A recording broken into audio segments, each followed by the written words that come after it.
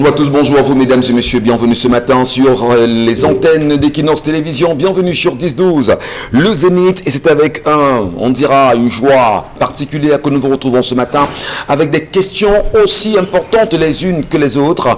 Le Cameroun abritera-t-il justement cette CAN de janvier 2022 aujourd'hui? Des questions fusent de part et d'autre, naturellement, se posant la question de savoir, le Cameroun a-t-il assez d'argent au moment où nous parlons pour organiser la CAN? Comment comprendre que jusqu'à présent, qu'il n'y a aucun mouvement perceptible d'organisation, de création, d'émulation autour de l'organisation de la CAN au Cameroun qui se jouera assurément en janvier 2022? Comment comprendre au final que la question du stade Olembe continue encore de poser un réel problème? Non homologué par la CAF, on risquerait bien évidemment de ne pas avoir des matchs là-bas en attendant, on dira, la finition de ce stade-là. Autre question aussi intéressante ce matin, c'est de savoir qu'est-ce qu'il en sera dans les jours à venir de l'autopsie du petit Hilaire Aïssi. Souvenez-vous, hier encore attendu pour l'autopsie, le médecin légiste de la famille d'Aïssi n'a pu se rendre et ceci aurait été renvoyé au 8 octobre. On attendra, on gardera le regard sur ces faits d'actualité, mais surtout sur l'attitude des nombreux médecins et le personnel soignant de l'hôpital central de Yaoundé qui... Depuis, cette information reste très vigilante et assurément très sensible à tout ce qui peut subvenir autour de cette actualité, madame, messieurs. En compagnie de Charles Hamel, Bonbon Bengan, Isabelle Carozopet, Dominique Audrey, on va vous accompagner jusqu'à 12h. Bienvenue à tous, installez-vous confortablement. Bonbon Bengan, bonjour à vous, bienvenue ce matin. Bonjour Monsieur Ngachou Numba, bonjour à vous chers téléspectateurs. La Chambre de conciliation et d'arbitrage du Comité national olympique et sportif du Cameroun a annulé le processus électoral à la Fédération camerounaise de football. C'était juste après les départementales, c'est comme ça qu'on appelle, mais l'équipe en place va organiser au niveau régional et même fédéral. Pourquoi dans les coulisses on dit que c'est comme ça qu'on fait là-bas? On va appliquer les résolutions de ces chambres-là, des juridictions, quand la Coupe des Nations sera terminée. C'est comme ça qu'on va faire. Donc, l'équipe en place va avoir tous les honneurs pour représenter le Cameroun lors de cette compétition-là. Voilà comment marche notre pays. Merci infiniment Bengan pour ce sujet d'entrée. En même temps, Charles Hamel Batchou, nous vous retrouvons fièrement ce matin. Eh bien, j'aurais bien voulu le savoir si vous êtes moins en colère ce matin. Charles Hamel, bonjour. Bonjour Monsieur Michel Ngachou, bonjour à tous les téléspectateurs. Je rends hommage aujourd'hui à tous ceux qui ont fait de moi ce que je suis aujourd'hui, tous ces enseignants, tous ces professeurs d'université qui ont fait de moi cette tête pleine. Je vous rends hommage, je ne pourrais pas vous citer tous, je vous rends hommage. Vous rendez hommage à ceux qui vous ont formé, vous rendez hommage, vous reconnaissez justement leur place dans votre vie. Je rends hommage à tous ceux qui m'ont formé et surtout aussi à mes pères initiateurs. À mes pères initiateurs, ceux-là qui ont vu en moi celui-là qui devait porter la destinée de tout un groupe. Qui m'ont choisi, ils m'ont initié. Ce sont ces enseignants aussi à qui je dis merci. Merci beaucoup, Charles Hamel. Je leur rends hommage. Parce qu'on voit seulement l'enseignant de l'école, on ne voit pas que sur le plan traditionnel, on a de très grands et gros professeurs qui forcément n'ont pas besoin du papier du blanc. À tous, je vous dis aujourd'hui merci et je vous rends hommage. Des hommages en même temps mérités, Charles Hamel Batchou. Isabelle Carozopet, bonjour, bienvenue ce matin. Bonjour à vous Michel, bonjour à ceux qui regardent le programme ce matin, bonjour à ces enfants d'une même mère et d'un même père qui aujourd'hui à ciel ouvert commencent à se déchirer. Malheureusement, quel triste spectacle auquel ont malheureusement droit ceux qui croyaient avoir affaire à une maison plutôt assez calme. Mais de voir des personnes se greffer le chignon entre elles, c'est vraiment des spectacles. Il s'agit de quoi? Dissolants. On reviendra dans le cadre de la... On ne voit pas les yeux d'Isabelle Carré. Des réseaux sociaux. On ne voit pas vos yeux. D'accord. On ne voit pas mes yeux. On ne voit pas votre œil. Vous voulez voir, c'est bon là? Vous voulez voir ça? Elle dit que c'est ça l'évolution.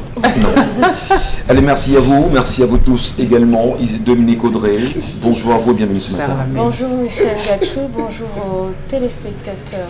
On va poursuivre, on ira très vite. On s'entendra, on se comprendra, madame, monsieur, à travers des sujets, comme c'est le cas chaque matin. Et Dominique Audrey prend sur elle la lourde responsabilité d'aller les chercher et de les mettre, bien sûr, à notre disposition. Que s'est-il encore passé, Dominique? Cette fois, on est dans la ville de Yaoundé, où le monsieur qui nous écrit raconte le début de son idylle avec sa camarade d'université. Il est tombé amoureux de la jeune femme alors qu'ils étaient à l'université, mais celle-ci voyait quelqu'un d'autre. Malheureusement, ça s'est mal soldé entre les deux et 4 ans après, elle a décidé de se mettre avec lui. Lorsqu'ils débutent leur relation, ils sont allés 1 mois plus tard chez les parents de la fille. Je ne vais pas donner le village pour qu'on ne reconnaisse pas. Voilà. Donc, ils se sont rendus dans le village de la fille et la mère de la fille les a très bien reçus. Et ce jour-là, elle leur a prodigué des conseils particulièrement à sa fille.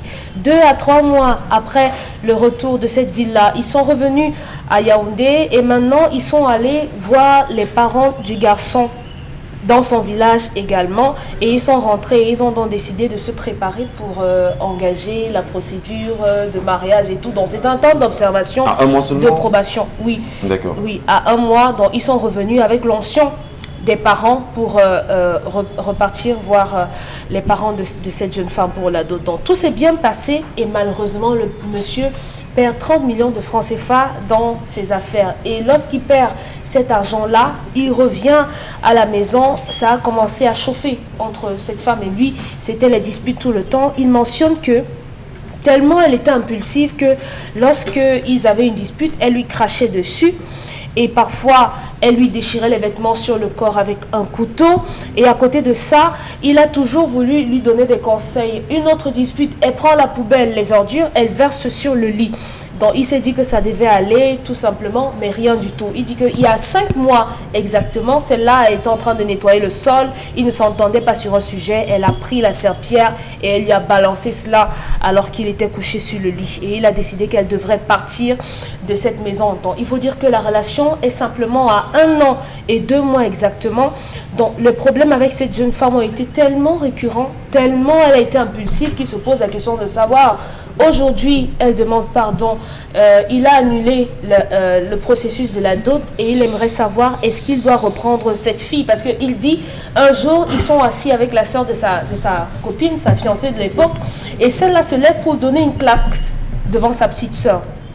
Et il n'a pas encaissé et il a battu devant sa soeur parce qu'elle allait un peu très loin. Il dit qu'il est un homme très violent et tout au long de cette relation, il a pris sur lui et tout le temps il a encaissé. Est-ce qu'il doit reprendre cette fille qui est tellement impulsive ou alors chacun non, quand je ne comprends côté. pas les détails. C'est avec la première fiancée que l'a côté ou bien c'est la même? Non, c'est une des actions. La sœur était avec elle est venue leur rendre visite. Oui, elle est venue leur rendre visite à la maison. Et puisqu'il a dit à sa sœur qu'en fait, ta sœur, moi je lui donne l'argent pour qu'elle fasse son master 2. Et elle n'a pas dit à votre mère que je ne lui donne rien. Et maintenant, quand il dit donc à la sœur que non, moi je paye ses études, elle se fâche, elle se lève et elle lui donne une plaque devant sa petite soeur que tu racontes même, tu es obligé de raconter les choses comme ça aux gens et tout. Et là, il n'a pas pu se contenir. 30 millions, là, il n'a pas mentionné. Il a perdu dans les affaires, c'est un investissement. Voilà. Femme impulsive, femme de caractère en même temps. Comment vivre avec ces dernières? Comment en même temps les encadrer, mais surtout comment les orienter? Prendre sur soi la peine, on va dire le courage, de battre sur son nom, de lui balancer des parjures en n'en plus finir, mais surtout d'avoir des attitudes incroyables. Comment pourra-t-on changer de pareilles sœurs en réalité? C'est nos sœurs, c'est nos femmes, c'est nos petites sœurs, c'est nos grandes sœurs. C'est un sujet tout à fait passionnant.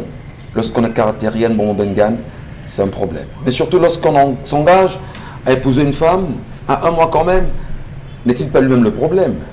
A-t-il pas le temps justement de mieux l'étudier? Ils étaient là-bas ensemble, n'est-ce pas, Dominique Audrey? Ils n'étaient pas ensemble. Il est tombé amoureux d'elle 4 ans avant qu'elle ne se mette avec lui. Elle sortait avec quelqu'un d'autre. Oui, je veux dire qu'ils se connaissaient. Ils étaient à l'école, oui. À l'université. Mais ils n'avaient jamais exploré le vivre ensemble. Voilà. Pas de relation. Très bien. Merci beaucoup. 1 mois quand même, même pas 1 an. Bon, Benga. Vous comprenez ça, vous? Oui. Puisqu'ils ont, ils ont été à l'école ensemble. Mais est-ce que c'est un problème ça? La question. Ils étaient à l'école ensemble, ils se connaissaient. C'est pas un problème. Tu fais quoi derrière une femme comme ça? C'est simple, c'est un problème, il n'y a même pas à venir. Alors, vous vous séparez, terminé. Comme il a choisi. La prochaine étape, c'est elle va vous égorger. Et elle lui a dit un jour. Elle va vous égorger. C'est une femme qui sort d'une famille, j'allais dire, qui a pour habitude d'assassiner les gens, où le sang a coulé du fait de leur grand-père. Et vous n'avez pas à aller faire le Ngambi ou voir l'horoscope pour cela. Séparez-vous d'elle. Alors mon fils, je te parle comme mon fils. Sépare-toi de cette fille, éloigne-toi d'elle. Ça veut dire la chose que je vous dis souvent ici. Vous pouvez vivre avec une femme 10 ans, vous ne la connaissez pas. Elle vit avec vous 6 mois, elle vous connaît jusqu'au détail. Ils ont été ensemble à l'université. Et en plus, ça revient à ce que vous disiez hier. L'amour, oui, on va dire chérie, je t'aime, chérie. Maintenant où l'amour sur le plan conjugal s'est mu en problème de devoir, c'est là où on voit l'amour. L'amour, c'est les gens qui sont liés par l'âme. Ce n'est pas je t'aime, vraiment, non, c'est pas ça. Est-ce que vous êtes liés par l'âme? C'est ça qu'on appelle amour. C'est ça qui renvoie au devoir. Ça n'a rien à voir avec je t'aime, viens prendre une greffe, viens prendre... Non, ça fait longtemps qu'on n'est même pas sorti. Hein. Non. Cette femme est dangereuse, quitte-la mon fils, il n'y a rien à faire derrière. Il n'y a rien à faire. Il fallait justement, si tu avais questionné ce qui a causé la rupture avec le gars pour lequel elle a pris le chemin et t'a abandonné en fac, tu aurais compris que sûrement il y avait la violence derrière. Donc faut quitter. Alébulon quand même se poser les questions de savoir comment est-ce qu'il a perdu les 30 millions dans les affaires. N'est-elle pas porteuse de bonheur? N'était pas porteuse de bonheur, de chance, pour reprendre les propos de Charles Lamé sur ce plateau à un moment donné? Non, non. Il y a le Cameroun est un pays dur. L'État même, vous pouvez vous engager dans un investissement avec l'État. Vous ne pouvez pas savoir le nombre d'argent que les Camerounais ont perdu parce qu'ils attendaient la CAN en 2019. Beaucoup d'argent, y compris dans des hôtels, un certain nombre de choses. Vous ne pouvez pas connaître. Moi, j'ai eu 3 grands entrepreneurs qui sont tombés à la fin de la construction de ce qu'on appelait à l'époque Centre universitaire de Douala. Parce que quand les Canadiens sont arrivés, qui conduisaient et tout, l'État a refusé de les payer. Juste aujourd'hui, ils ont terminé. Depuis l'ouverture de ce centre universitaire, je pense que l'ISEC avait en 79. Ouais. Ils ont tout perdu. Donc le Cameroun est un pays dur. Donc on peut comprendre qu'il est perdu 30 millions qu'il est perdu. Des choses comme ça. Peut-être vous êtes dans des marchés publics, vous êtes dans un investissement. Vous savez pas combien de gens, le barrage Grand Ewen qu'on veut faire là.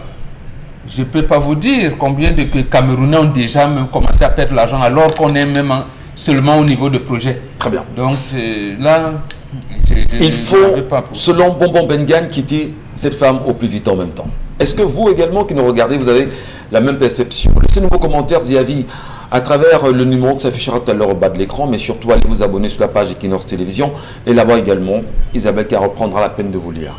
Votre avis, Isabelle Carole, comment gérer des femmes violentes, des femmes agressives, des femmes à un moment donné caractérielles?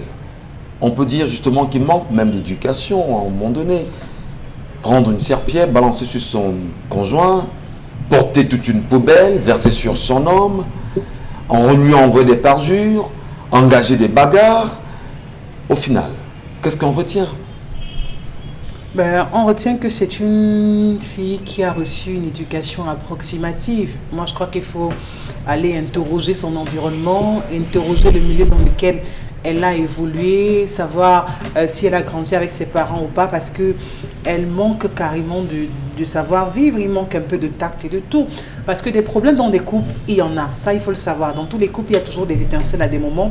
On n'est pas toujours en accord, on n'est pas toujours d'accord sur tous les points. Il y a des moments de convergence qui, malheureusement, ne se font pas dans un calme absolu. Ça, il faut le reconnaître. Mais il y a des limites à ne pas franchir. Pire encore pour une femme, parce que c'est elle, en principe, qui est censée pouvoir diluer la colère de son homme. Mais si c'est à elle de faire le bras de fer, là, on se retrouve directement en enfer. Donc, je crois que pour ce monsieur, je ne sais pas comment il a fait pour arriver là. Je ne sais pas comment, même pendant les classes ou encore quand il était sur les bancs, il n'a pas décelé cette fille qu'elle était impulsive, qu'elle était vraiment d'une autre façon, qu'elle avait une façon de penser assez ravageuses qui pouvaient porter atteinte un de ces 4 matins à X ou à Y ou encore à son partenaire. Parce que ce sont des choses qu'on décèle très vite. Vous savez, vous pouvez avoir un collègue et vous savez, vous n'avez pas besoin d'avoir une relation intime avec lui pour savoir que telle personne, il est violent. Et la violence ne se pardonne pas. Venant encore d'une femme, ce n'est pas tolérable parce qu'elle a le devoir d'être maternelle et par essence, la femme est maternelle. Donc de voir une femme qui fait tout pour être autrement, ça pose un problème.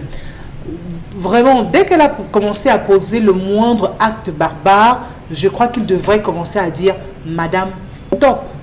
Vous arrêtez ça tout de suite. J'ai l'impression qu'il a... Il manque le même, on va dire, de couilles.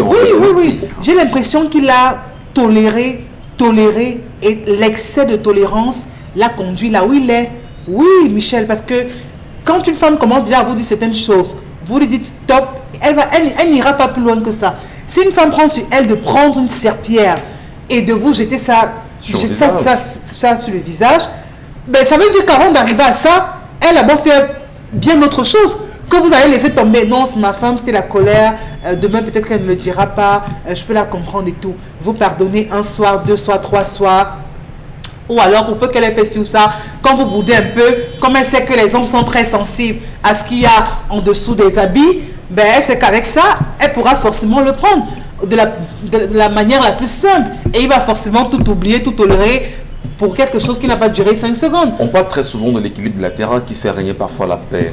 Votre avis sur ce commentaire, à un moment donné, c'est important? Non, je pense pas. Je ne pense pas qu'il devrait lui aussi se livrer à de la violence. Non, on devrait se retrouver avec peut-être des morts sur le carreau. 2 personnes qui, justement, ont des idées assez bouillantes, sont violentes et tout. Je crois que face à la violence, il ne faut pas répondre par la violence. C'est la pire des stratégies. Ouais. Soit vous libérez le plancher, soit vous essayez de jouer la carte de la paix, des moyens pacifiques. Donc je dis, il a tellement toléré, c'est pas normal, surtout venant d'un homme. Parce que ce genre d'homme, ça veut dire qu'il n'assume pas, il n'est pas assez poignant, il n'est pas assez épicé, il n'est pas assez viril. Je crois qu'il faut qu'il montre également ça. Dire à la femme, c'est moi qui suis le chef de famille, ben vous arrêtez ça. En matière d'éducation quand même, aujourd'hui Isabelle Carozopet, il y a lieu, en tant que femme, de transmettre au moins un message particulier à la femme, à la gente féminine qui nous regarde. Celles qui vivent dans cette peau de femmes violentes, caractérielles, méprisantes. Quelle chance pour elles, ou quelle malchance va-t-on dire? Mais je crois qu'elles peuvent orienter ça autrement, c'est-à-dire que toute cette force, toutes ces vigueurs qu'elles ont, cette capacité à pouvoir parler, à être intelligente, voir et tout, qu'elles mettent ça dans l'encadrement des enfants, à dire non, on ne fait pas ci, on ne fait pas ça, qu'elles fassent l'effort de se contenir lorsqu'elles sont en colère et tout, de pouvoir se taire et de parler par la suite. Je crois que là, elles seront mieux comprises, de ne pas laisser les sentiments ou encore la première action naître, de se dire non, je réagis tout de suite du tic au tac. Non, je crois que c'est des choses qui n'aident personne. Et dans un couple, vaudrait mieux utiliser tous les recours sauf la violence. Et les religieux pensent très souvent qu'il est important, d'ailleurs, en s'en tenir au verset biblique, femme, sois soumise à ton mari, homme, aime ta femme. On est dans cette logique aujourd'hui, Chala Membachou. Un homme qui aime sa femme, et bien là, malgré tout ce qu'elle fait, il aime. Elle bat. Elle pose des gestes inacceptables, il aime. Mais là, au final, la soumission n'existe pas. Qu'est-ce que vous lui dites, vous, Chalamel? Monsieur Michel Ngachou. Oui. Je suis perdu. Vraiment, je suis perdu dans votre monde. Ce monde me perd littéralement. Je vous assure, ce monde me perd littéralement avec les histoires qu'on reçoit chaque jour. Chez les Bantous, une femme ne cravate pas son mari.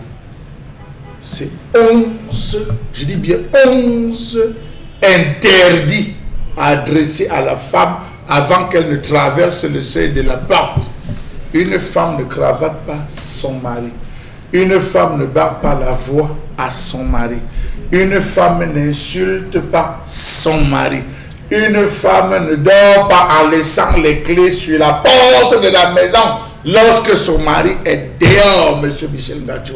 Une femme ne verse pas ni de l'eau, ni un verre, n'est censé verser l'eau, ni un verre sur son mari. Une femme ne laisse pas l'enfant ouvrir la porte. Une femme n'enquête pas sur son mari. Une femme ne fouille pas les affaires de son mari. Ne me regardez pas ici. Et M.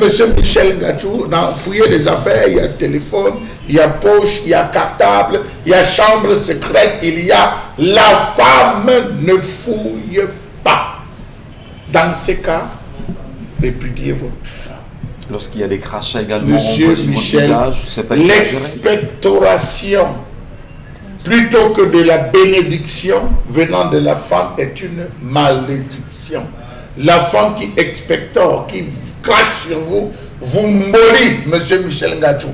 C'est le père qui crache sur la poitrine de son enfant. C'est le père qui bénit son enfant avec le crachat. Ce n'est pas la mère. La mère, lorsqu'elle sort, c'est de la malédiction. Et voilà donc une femme qui vit avec un homme qui ne va que d'échec en échec, de souci en souci. Tu restes avec une sorcière, pourquoi, mon frère? Pourquoi tu donnes tes mains contre mes notes, mon frère? L'amour. Ne l'épouse pas. C'est pas trop, on parle pas trop sur les Merci. Merci beaucoup, Charlemagne Ngachou. Bien évidemment, on vous a très bien compris sur ce fait ce matin. Eh bien, on va prendre l'avis de Dominique Audrey. Caractériel, mais expectoré, comme Charlemagne le dit. Il y a eu une première fois, Oui. votre frère, votre petit frère, votre grand frère, un ami vit ça, comme ce compatriote. On regarde la femme comment? On lui dit quoi? Bon, c'est mon petit frère, je viens la bastonner. On ne fait pas ça, mes frères. Je refuse ça. J'aurais bien aimé que... Vous avez suivi l'expression, je viens la bastonner. Vous laissez passer. J'en ris juste parce que je dis c'est... Non, vous avez laissé passer. Mais si Charles Lamel avait dit il faut... Je n'ai pas Vous aurez crié. Vous aurez crié. Je n'étais pas sûre. Il y a des femmes qui protègent bien leurs frères aussi à Charlemagne. On ne fait pas n'importe quoi. Il faut se comprendre. Elle dit je vais la bastonner. Oui. C'est passé. Vous n'aurez pas, vous prenez quand même des mesures. J'aurais bien Vous prenez des aimé... mesures justement à Oui, faire entendre votre voix. les mesures qui, Voilà. qui me sied. Oui, mais pas, Voilà. pas la violence. Si vous quand même. crachez sur mon petit frère, vous versez la poubelle sur mon petit frère, ou bien vous lancez la serpillière à mon petit frère et il me le dit, vous allez lire l'heure. C'est Oui. comme ça, c'est mon petit Bon, frère. d'accord. C'est encore mieux de Je le suis dire sa ainsi. mère quand sa mère n'est pas là. Donc, moi j'aurais bien aimé que Pambo Mbaku Charlemagne nous explique la symbolique de la poubelle qu'on verse sur un humain, ou bien le crachat. Parce que même avec des yeux, le regard ou bien l'interprétation simpliste de la personne que je suis, elle vous réduit à néant. Absolument. Vous ne représentez absolument rien. On ne devrait pas vous détacher de la poubelle. Je crois simplement que cet homme, en prenant cette fille qu'il a aimée 4 ans avant qu'elle ne pose ses yeux sur lui, est resté dans un fantasme. Je suis à l'université, j'aime cette fille, vraiment c'est la fille de ma vie. Si je ne l'ai pas, bon, on dit généralement que je vais me sous-souder. Si je ne suis pas avec cette fille, il faut absolument que je l'aie. Et dès qu'elle elle a été larguée par l'autre, elle s'est tournée comme ça, elle a dit bon voilà un autre morveux avec qui je peux faire joujou pendant un temps. Et c'est pour ça qu'elle vous a pris, pas forcément parce qu'elle vous aimait. Vous dites peut-être que vous avez vu l'amour qu'elle pouvait avoir pour vous, mais je ne suis pas pour le fait qu'on méprise son homme en public. Vous pouvez être en colère contre votre partenaire, vous pouvez avoir des choses à redire à votre partenaire, mais vous ne le ferez pas devant des gens. Si vous vous levez pour frapper votre partenaire devant votre petite sœur, c'est dire à votre sœur, lui, il ne vaut absolument pas un clou, dont tu peux lui dire, tu peux lui faire ce qu'il veut, il va toujours la mettre en veilleuse. Parce que ici, c'est moi qui commande. On peut avoir des choses à redire, mais on le fait lorsqu'on est deux. Donc, à ce niveau, je crois que cet homme, dès le départ, tellement il a été obnubilé par cette fille qu'aujourd'hui, il est en train de faire les frais de sa gourmandise. Il a vu une fille, il fallait cette fille-là. Maintenant, il faut comprendre qu'on a tous des caractéristiques, on a tous un tempérament qui nous distingue les uns des autres. On a des femmes qui sont sanguines comme celle-ci, elle démarre au quart de tour. Et si un travail de fond n'est pas fait, ça je ne parle plus pour elle, pas forcément pour qu'on la prenne, mais il y a beaucoup de personnes qui sont comme ça. Il y a un travail de fond à faire un travail qu'on fait personnellement sur soi. Parce qu'il y a des gens qui, il suffit juste que vous le bousculiez en route pour qu'il commence à vous verser d'insultes. Et après, c'est une bagarre. Il y a d'autres qui sont plus émotionnels. Il y a des personnes qui ont des tempéraments phlegmatiques. D'autres sont candides et tout ça. Donc, lorsque vous vous rendez compte que votre comportement, votre caractère devient nocif pour la société, vous avez un travail à faire. Parce qu'à la base... En même temps, on peut pas se rendre compte. On peut être malade non, sans se on rendre devrait compte. le savoir. Elle a dû enchaîner des relations. Des personnes impulsives, c'est vrai que ça a un bon côté. Parce que lorsqu'elles prennent une décision, elles sont battantes, elles sont très entreprenantes et tout. Parce qu'elles démarrent, bim, je me lance dans un business, bim, je me lance dans une entreprise, un voyage et tout. Là, c'est autre chose. Le caractère... On se plaint d'une femme qui est caractérielle. Michel. Non, Michel, ce vous que je aimez suis les en mots train... français, là. ce que Je je- dis qu'elle est mal élevée, elle est mal éduquée. Non, Voilà, ce que la elle a un dame mauvais a, caractère. ce que Elle la a dame vraiment a, des c'est un caractériels. type de tempérament. Moi, j'invite les téléspectateurs à faire des recherches dessus pour savoir quel est le type de caractéristique de tempérament qui vous caractérise, qui vous définit. Il y a des personnes qui sont impulsives de nature. On vous appelle et on improvise une sortie, bim, vous êtes parti sans réfléchir, quelqu'un vous fait un truc, vous réagissez promptement. Donc, il faut travailler dessus. Arrêtez d'être la première à faire du mal aux autres. Parce qu'on ne peut pas dire non plus que les femmes impulsives ne doivent pas être mariées. mais On doit les mais- épouser. mais en même Et temps, maintenant, non, on doit les épouser. Les femmes ne sont pas appelées à être Qui en a mariées. décidé?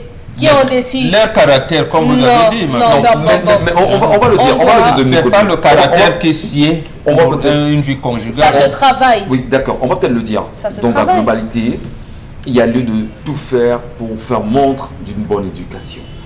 Et là, ici, on va toujours consulter, on va dire, les formes empiriques de son éducation. Est-ce que ses parents ont été à la hauteur? Premièrement, Ça n'a est-ce que rien à l'environnement dans lequel elle a grandi n'a pas eu un impact? Deuxièmement, est-ce qu'elle... Oui, ne dis pas non. Ça n'a rien à voir avec Permettez, l'éducation. permettez. On accouche des enfants, pour nous les parents, Oui. pour les parents qui nous ont enseigné, Oui. on prépare les enfants à une vie de couple où la mère dit à sa fille, tu ne vas jamais faire ça à ton mari parce que tu n'as jamais vu, je l'ai fait à ton papa. Tu dois être le modèle de cette famille en réalité. Bon, Bengal. L'expression on accouche l'enfant tout ce par que le vous cœur dites là a du est bien, sens. est bien, mais comment on reconnaît ça? En réalité, le gars ne devait pas s'engager à l'épouser ou pas, c'est pas son problème. Il peut aller se présenter devant les parents, rester tranquille. C'est le chef de famille et sa maman prend les deux. qui doivent prendre ces informations-là. Ce n'est pas vous. Voilà. Lorsque votre cœur a flashé, vous ne pouvez pas lire. Très bien. Donc, 30 secondes, monsieur Je Mbatoucha. vais dire aux jeunes garçons, je ne parle pas beaucoup aujourd'hui, monsieur. On vous comprend, on vous comprend. Les jeunes garçons, arrêtez de croire qu'une fille qui fait bien l'amour est une bonne femme. Merci Charles. Arrêtez de croire qu'une fille qui fait bien l'amour est une bonne femme. Il faut plus. Non, ça ne Non, participe ça à ne sert à rien. rien. Ça ne Non, sert non. à rien. C'est foutaise. Rassurez-vous, deux choses à faire. Première chose, le comportement. Le respect. Première chose, le comportement. Deuxième chose, les défauts. Assurez-vous des défauts. Tant que vous ne maîtrisez pas les défauts, on le dit trivialement, engagez une petite bagarre, elle met votre dos au sol, fuyez. C'est technique. C'est une façon, dans tout cela, il y a beaucoup de choses. Il faut mesurer. Ne vous lancez pas comme ça, comme on voit aujourd'hui. Ça prend J'ai du temps. rencontré une dame hier, monsieur Michel Gachou, je la rencontre à la sortie du tribunal. Mais la femme, c'est le juge que je suis allé saluer, et il me dit, eh bien, voilà une femme qui on vient de prononcer son divorce. Ça fait 2 ans seulement qu'elle est mariée à mariage divorce. Je retourne, je la salue, je dis que mais maman, ça se passe comment? Elle dit que non, je voulais juste qu'on m'appelle madame, c'était bon. Papa s'arrête là. Vous voyez alors. Voilà ce qu'on a aujourd'hui comme femme. Le mal est profond, assurément. Mais nous aussi, on a un objectif, c'est de vous écouter, c'est de s'entraider, c'est de s'éduquer ensemble. Et vous êtes très nombreux, bien sûr, à réagir au sujet. On débat avec cette histoire présentée par Dominique Audrey. Madame, messieurs, on vous lira sur la page Equinox TV. Et on va demander, bien sûr, de reprendre ce numéro, ça fait bas de l'écran. Attention, ça fait parler plus d'un. Tout de suite, la colère, signé Charles Mbatoucha.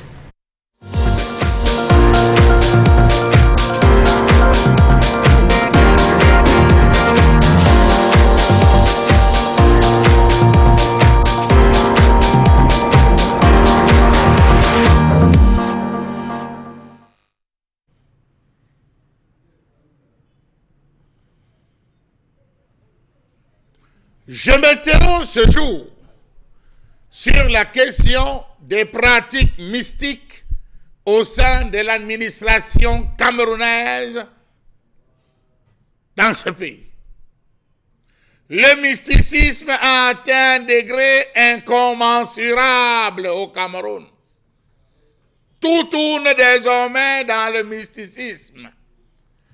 Comment comprendre ces pratiques lorsqu'on sait que la sorcellerie, les pratiques mystiques sont réprimées par le code pénal camerounais?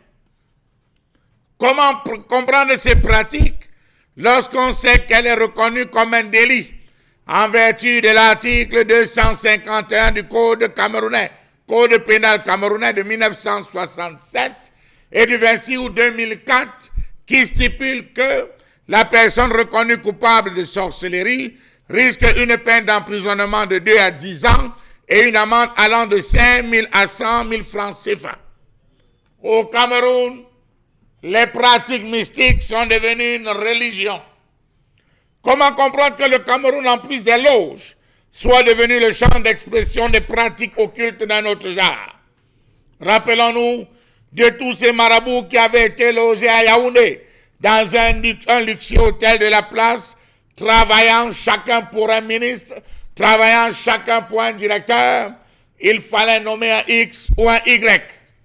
Comment comprendre que l'exercice du pouvoir soit marqué dans ce pays par un compagnonnage avec les forces occultes, parce que les forces de l'invisible participent au pouvoir, que ce soit dans l'administration, la haute fonction publique, les politiques, l'université. 95% des nominations se font en tenant compte de l'appartenance à un groupuscule. Vous voulez vous conserver à votre poste, avoir un poste de responsabilité dans la fonction publique, vous voulez entrer au gouvernement ou alors devenir un grand directeur général d'une société, accéder à un poste de responsabilité, accéder au pouvoir social et devenir riche. La voie connue de tous est celle des cercles mystico-magiques. Comment comprendre cette sorcellerie au cœur de la gouvernance dans ce pays? Rappelons-nous les différentes actualités qui ont émaillé et l'Église, de ce côté où un prêtre avait accusé l'archevêque de Yaoundé de l'avoir affecté dans le sang l'épicentre de la sorcellerie. Rappelons-nous de ce qui s'est passé à l'APN, où on a découvert des fétiches, des chats morts dans des bureaux, ce qui avait donné lieu à la fermeture pour nettoyage systématique. L'impossibilité dans ce pays de se fier à son mérite et à ses compétences pour avoir un poste de responsabilité ou tout simplement pour réussir socialement a poussé à obliger les gens et les jeunes à imaginer d'autres voies et logiques obscures. Circonscrits dans les années 1970 et 1980 aux zones rurales, les faits de sorcellerie, pratiques mystiques, supposées ou réelles, sont de plus en plus librement évoqués dans les administrations et les grandes entreprises camerounaises où la guerre des postes fait rage. Comment comprendre qu'une grande partie de l'élite politique et administrative se livre à des rites magiques censés les aider à conquérir ou à garder un poste, mais aussi à mettre à mal leurs concurrents?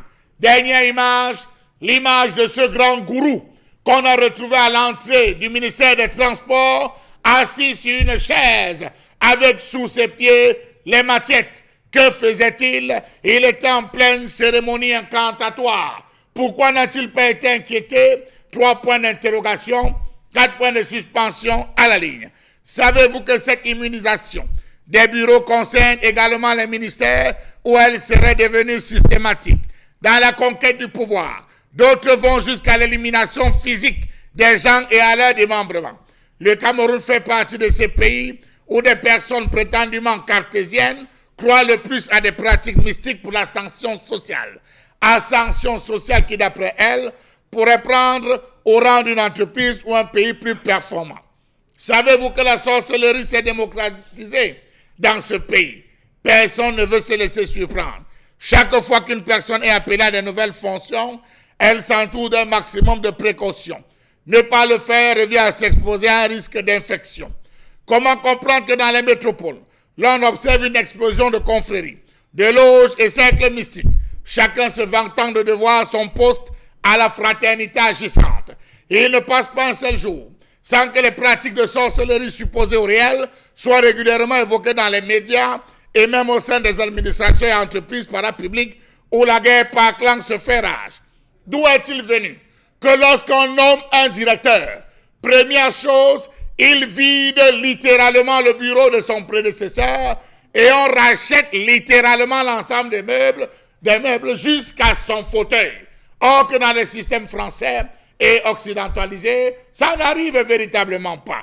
Aucune sphère de la société camerounaise n'en est épargnée, même pas dans les marchés. Chacun utilise son grimba pour passer et être au-dessus des autres.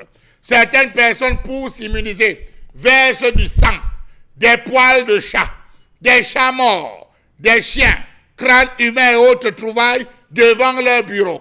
Comment comprendre que la nuit soit devenue le lieu par excellence où les marabouts, prêtres, exorcistes, pasteurs des églises de réveil et gourous accourent dans les bureaux pour pratiquer?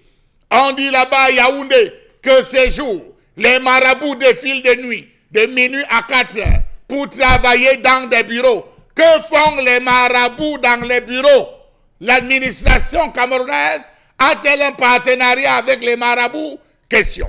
Culte satanique, messe noire, pratique incantatoire, tout passe. C'est chacun qui veut rester au gouvernement de Paul Biya ou alors obtenir un portefeuille ministériel mieux achalandé. On lutte aussi pour qu'un collègue qu'on ne porte pas dans son cœur soit éjecté ou meure. On comprend mieux ce qui pousse les responsables de l'administration à changer tout leur mobilier de bureau après chaque nomination.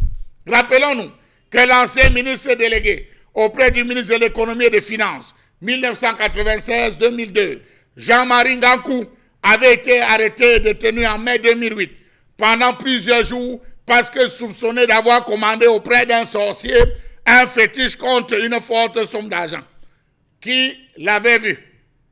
Qui était là? Dans tous les cas, les affaires de sorcellerie, désormais dans les ministères, c'est à chacun son grimba.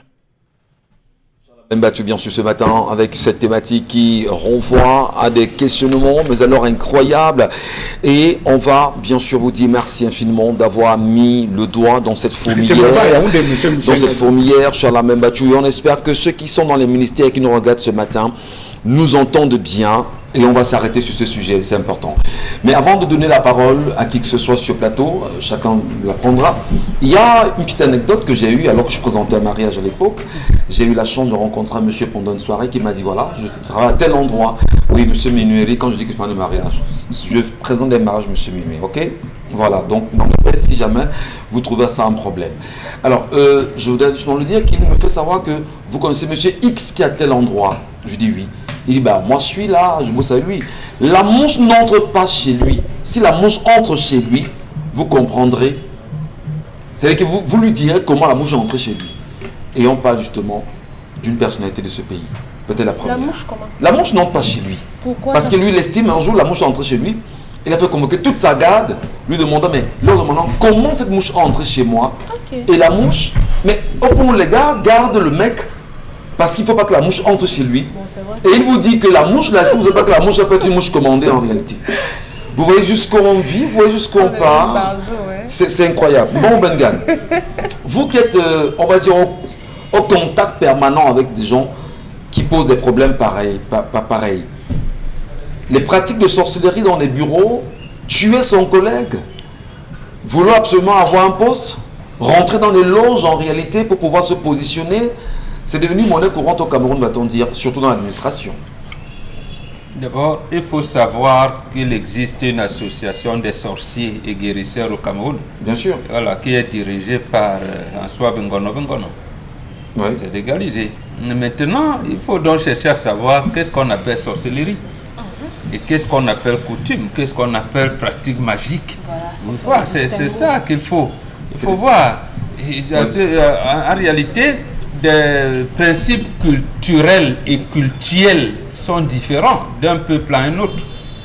Vous ne pouvez pas voir les pratiques culturelles d'un peuple et définir que c'est la sorcellerie. La sorcellerie, c'est tout ce qui est néfaste à l'épanouissement de la société, à l'épanouissement d'un individu. Donc c'est des idées qu'on peut mettre y compris des pratiques qui accompagnent pour anéantir les puissances. C'est ça qu'on appelle pratique des on a des pratiques aujourd'hui, si vous voulez, des pratiques magiques que l'on met en place dans l'administration camerounaise, et il y en a qui en parlent chaque jour, Mbombo Mbengue. Mais comment ça fait son entrée là-bas? Non, si on réfléchit comme ça, depuis que l'humanité existe, tous les êtres humains sont magiciens ou alors font des pratiques magiques. Oui. L'humanité est encadrée par ça. Que ce soit par les religions abrahamiques ou les autres, c'est la magie. C'est la magie qu'on fait. C'est la magie. Oui, ce n'est pas autrement. Aller construire un barrage hydroélectrique qui vous donne le courant électrique, c'est la magie. C'est la magie. C'est pas la science. Mais voilà, mais c'est comme ça. Donc, c'est pour ça qu'il faut dire que dans la science, il faut extirper ce qui est néfaste. Ce qui est néfaste, ça peut être les médicaments que vous buvez. Vous prenez une dose qui n'est pas normale, vous mourrez. C'est comme ça. Donc, je veux dire, il est difficile de définir les pratiques culturelles d'un peuple si vous ne connaissez pas ce peuple-là. Aujourd'hui, lorsque vous avez le chapelet, parce qu'on vous a inculqué que le chapelet c'est Dieu et tout. Mais d'autres peuples vous disent que le chapelet là, ne vous met en contact avec aucun Dieu. C'est de la sorcellerie. On vous prend votre énergie pour amener là-bas ou là-bas. Oui, parce mais comment vous comprenez justement que dans l'administration camerounaise, je comprends que, et je le dis depuis toujours, nous n'avons pas mis en place un code consensuel de pratiques culturelles et coutumières dans la République. Oui. Parce que justement, la République et la royauté n'ont pas négocié l'entrée de la République. Il n'y a pas eu un consensus dans l'entrée des royautés dans la République. Lorsqu'on pose la question, est-ce qu'on devrait faire avec ces pratiques ou on devrait s'en exclure aujourd'hui? On devrait faire ces pratiques, chacun a ses pratiques. Oui. Par exemple, messe, quand on dit messe d'action de grâce, vous venez d'être nommé, c'est pas la sorcellerie. Voilà, moi, on vient de nommer une de mes filles, un de mes fils. J'ai dit, viens au village, je te bénis. Et vous appelez ça sorcellerie? Voilà, il y a donc des distinguos qu'il faut faire. Entre les coutumes et les pratiques. Mais puisque justement, les églises abrahamiques ont pris le champ. Ouais. Ils ont réduit les autres en pratique de sorcellerie. Ouais. C'est ça que lorsque ça vient au grand jour, on dit que c'est la sorcellerie. Justement parce qu'avant l'arrivée, c'était hier en 1845. Avant, on vivait comment? Comment on procédait aux cérémonies d'attribution de nom à l'enfant? Comment on circoncisait les enfants? Je pense que bon, Bengan. Non, maintenant. Pour qu'on se comprenne bien, on est là dans le cadre de l'administration. C'est vous qui ne me comprenez pas. On va plus le même avec le chapelet que vous mettez là-bas. Le point, c'est pas une question, c'est pas une bataille des différentes obédiences. C'est une bataille de culture. D'accord. J'ai dit, mais non. Lorsque les pratiques culturelles écoutez, si vous m'avez compris, vous n'aurez pas posé la question. Il y a des pratiques culturelles, coutumières et cultuelles de chaque peuple du monde. Mais quand d'autres peuples ont pensé dominer le reste, ils ont réduit les autres pratiques culturelles, coutumières et culturelles des autres en magie. Là maintenant, qui va venir dire que ici c'est la sorcellerie, ici ce n'est pas la sorcellerie? On peut comprendre le conflit existant que vous essayez justement de réévoquer et d'exposer. Mais maintenant, il y a des Camerounais qui vous diront, moi je suis fier d'appartenir à une loge. Je suis fier d'appartenir à un... Et il vous dira que là-bas, ce n'est pas la sorcellerie. Vous allez dire quoi? Justement. J'ai dit, il y en a qui vous diront, moi je suis fier d'appartenir à une loge, en réalité. Moi, je suis fier de faire mes pratiques normalement. Vous m'attaquez, vous me verrez. Alors, est-ce que ce n'est pas des choses comme ça qui mettent en mal, bien évidemment, on va dire, la cohésion sociale dans nos administrations, Isabelle Carozopet, aujourd'hui? On a vu ce qui s'est passé à Baganté il y a quelques jours seulement, lors du renouvellement des bureaux des organes de base du Rassemblement démocratique du peuple camerounais. On a vu quand même 40 poules, comment entre guillemets, du village, égorgées, éparpillées dans tout le village. Est-ce que ce n'est pas de nature justement à dire qu'il faut s'en méfier, au moins? Oui, il faut s'en méfier. Il faut vraiment se méfier parce que certes, on peut dire que non, dans tel ou dans tel autre contexte, ce n'est pas la même interprétation. Mais moi, je crois qu'il faut se méfier de ça et il faut pouvoir arriver à sanctionner ces personnes qui se permettent de le faire. Parce que vous mettez en mal les autres. Rien que le fait de prendre une telle poule, de la lancer devant un bureau de quelqu'un, la personne fait comment pour franchir le seuil ou encore pour rentrer dans ce bureau? Même si on arrive... Vous bottez, vous traversez. Mais ça, c'est vous, Michel Ngatou. Vous bottez, ça, c'est vous qui le dites. Et peut-être vous le dites parce que ça ne vous est jamais arrivé. Mais attendez. Vous le dites parce que ça ne vous est jamais arrivé. Peut-être que ce jour, vous n'aurez même pas le courage. Vous bottez, vous parlez et vous avancez. Michel Ngatou. Voilà. C'est très facile de le dire ainsi. Et si c'était également facile de la sorte, je ne pense pas que les gens se seraient plaints. C'est tellement compliqué. Parce que vous ne savez pas sur quoi vous mettez le pied. Vous avez l'impression que oui, c'est une poule, c'est un chat, c'est juste des poils de chat qu'on a déployés sur votre ciel. Mais vous ne savez pas toute la symbolique qu'il y a tout autour, tout le rituel qui a pu se faire. C'est pour ça que je dis, dans les administrations aujourd'hui au Cameroun, on devrait redoubler de vigilance. Et là, je suis d'accord, quand les bureaux sont fermés à 16h, il faut qu'à 16h, ce soit fermé pour tout le monde. Ça doit être fermé pour tout le monde. Parce que les autres qui quittent le bureau à 16h, vous qui restez entre 18h et 23h au nom de ce que vous appartenez à l'entreprise, on ne sait pas ce qui se passe. On ne sait pas ce qui se passe. Et parfois, ces personnes sont de connivence avec les vigiles. Non, laisse entrer, c'est ma soeur, c'est ma cousine, elle est venue voir pour 2-3 trucs. Or, c'est peut-être des personnes, des charlatans, des marabouts qui arrivent, qui se permettent de faire ces rituels. Et le lendemain matin, quand on arrive, tout le monde s'exclame. Et même ceux qui sont à l'origine de cela s'exclament également. Alors, quel est l'intérêt à chercher un poste en passant justement par les pratiques, entre guillemets? Est-ce que c'est pas la preuve justement qu'on est un incompétent? On est tellement incompétent justement qu'on n'a pas de couilles pour pouvoir se dire je brille par mon mérite. Je suis contraint d'aller soit intégrer une loge ou me positionner plus tard. Je suis obligé de prendre X ou Y pour pouvoir bousculer un et me positionner. C'est quoi l'intérêt? C'est pas l'incompétence à mon avis. C'est quoi? C'est le complexe. Oui, mais attends, si tu es incompétent, tu es complexé par ton... C'est ça aussi? Je ne pense pas que ce soit des personnes qui soient incompétentes. Il y a des personnes qui sont compétentes, bien compétentes même que leur chef, mais qui ne supportent pas d'avoir Michel Ngatou comme chef, qui ne supportent pas d'avoir telle ou telle autre personne, se dit je veux ce poste parce que il y a peut-être des avantages tout autour qui gravitent. Ouais. Et la personne se dit comment faire pour arriver à ce poste-là? Et ils vous diront tous les moyens sont bons quand ils sont efficaces. Et parti de là, parti de ce genre de pensée, on se permet de faire tout et n'importe quoi. On accepte justement de perdre son âme, Dominique Audrey. On accepte de vendre son âme. On accepte justement de dire je donne tout ce que j'ai parce que je veux avoir tout ce qui est éphémère. C'est ça. C'est ça. C'est ce qu'on se dit. Depuis quelque temps, sur Facebook par exemple, on a une jeune dame qui, en anonyme, présente généralement les histoires de certaines personnes dans des administrations qui vous racontent effectivement comment est-ce qu'ils font ce genre de choses pour arriver là, à ces postes-là, visiblement sans le mériter. Je ne comprends pas. On vous a nommé à un poste, à la présentation d'un programme, je dis n'importe quoi, et vous allez voir un marabout pour vous laver au village pour ça. C'est faible. Je veux dire que les personnes qui le font même sont des personnes qui doutent d'elles-mêmes, qui se disent « Oh maman, comme j'ai pu avoir ça, mieux je scelle, mieux j'attache ça une fois. Personne d'autre n'aura plus le poste à ma place. » C'est simplement faire preuve de faiblesse. Mais avant même d'entrer dans le sujet, moi je dis que il y a une plus grande sorcellerie que font ces gens dans l'administration.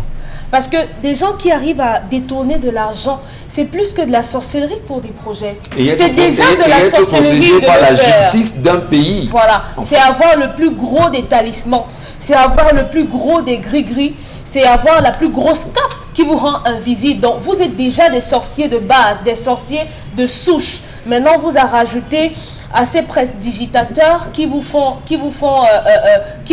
le rêve.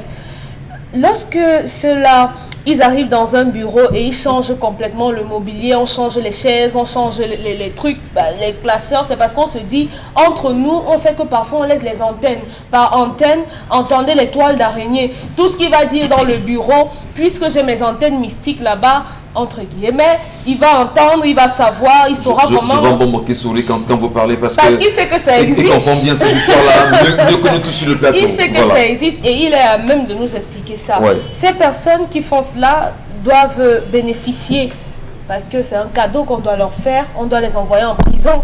C'est jusqu'à 10 ans de peine de prison pour pratique de sorcellerie. C'est l'article 251 du Code pénal qui prévoit cela. Lorsque vous avez pratiqué de la sorcellerie, fait de la magie, on devrait vous envoyer en prison. Moi j'ai entendu, tu étais encore très jeune, qu'il y avait eu un procès une fois dans un tribunal à Yaoundé, souvenez-vous, où un monsieur a été accusé de sorcellerie et a été conduit au tribunal, il a été poursuivi.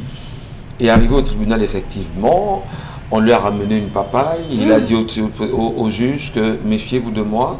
À côté de lui, il y a une papaye qui était là. Il aurait mangé la papaye sans fendre cette papaye. Et quand on fend la papaye, on se rend compte que tout l'intérieur n'existe plus. Donc je pense que le juge a très vite tranché en disant qu'effectivement ici, le mieux serait de le libérer. Alors au final... Et ça, c'est pas la science. Je pose la question, je dis... J'en sais rien. La magie, parce que la sorcellerie, c'est interroger l'avenir, c'est interroger son futur et dans une moindre mesure essayer de changer le cours des choses. Maintenant la magie c'est autre chose. Donc il faut dire aux gens que les gens qui pratiquent les coutumes, on ne fait pas les coutumes dans un bureau administratif. Pas du tout. Si vous voulez faire vos coutumes, pour ceux qui le pratiquent, allez le faire dans vos villages, allez vous faire sur... Attends, les séances de prière c'est quoi? Non, on n'organise pas les messes dans les bureaux. Si. Vous ne pouvez pas être ministre, vous organisez la messe au bureau. Il y en a qui le font. Notamment. Et c'est normal. Bon, peut-être pas du temps, mais il y en a qui le font. Est-ce que c'est normal? Voilà. Une administration publique n'est pas censée être un lieu de culte. Ça ne doit pas être la cage ou bien le hangar d'un marabout où vous allez trouver celui-là avec le truc blanc sur l'œil en train de lancer les coris.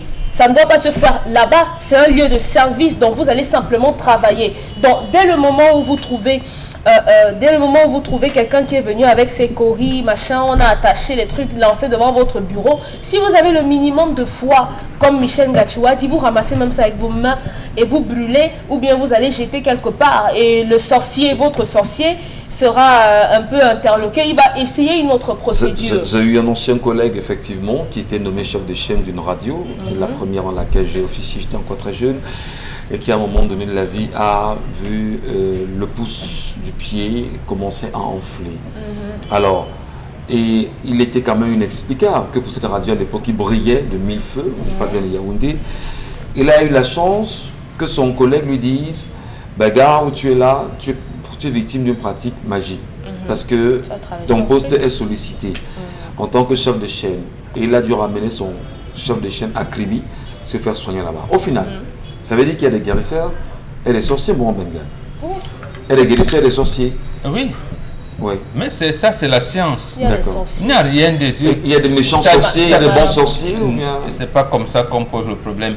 On s'engage, la sorcellerie c'est quoi? Je l'ai dit, expliqué tout à l'heure, mais comme vous avez un autre logiciel, c'est l'entrée dans des pratiques néfastes qui détruisent. Oui.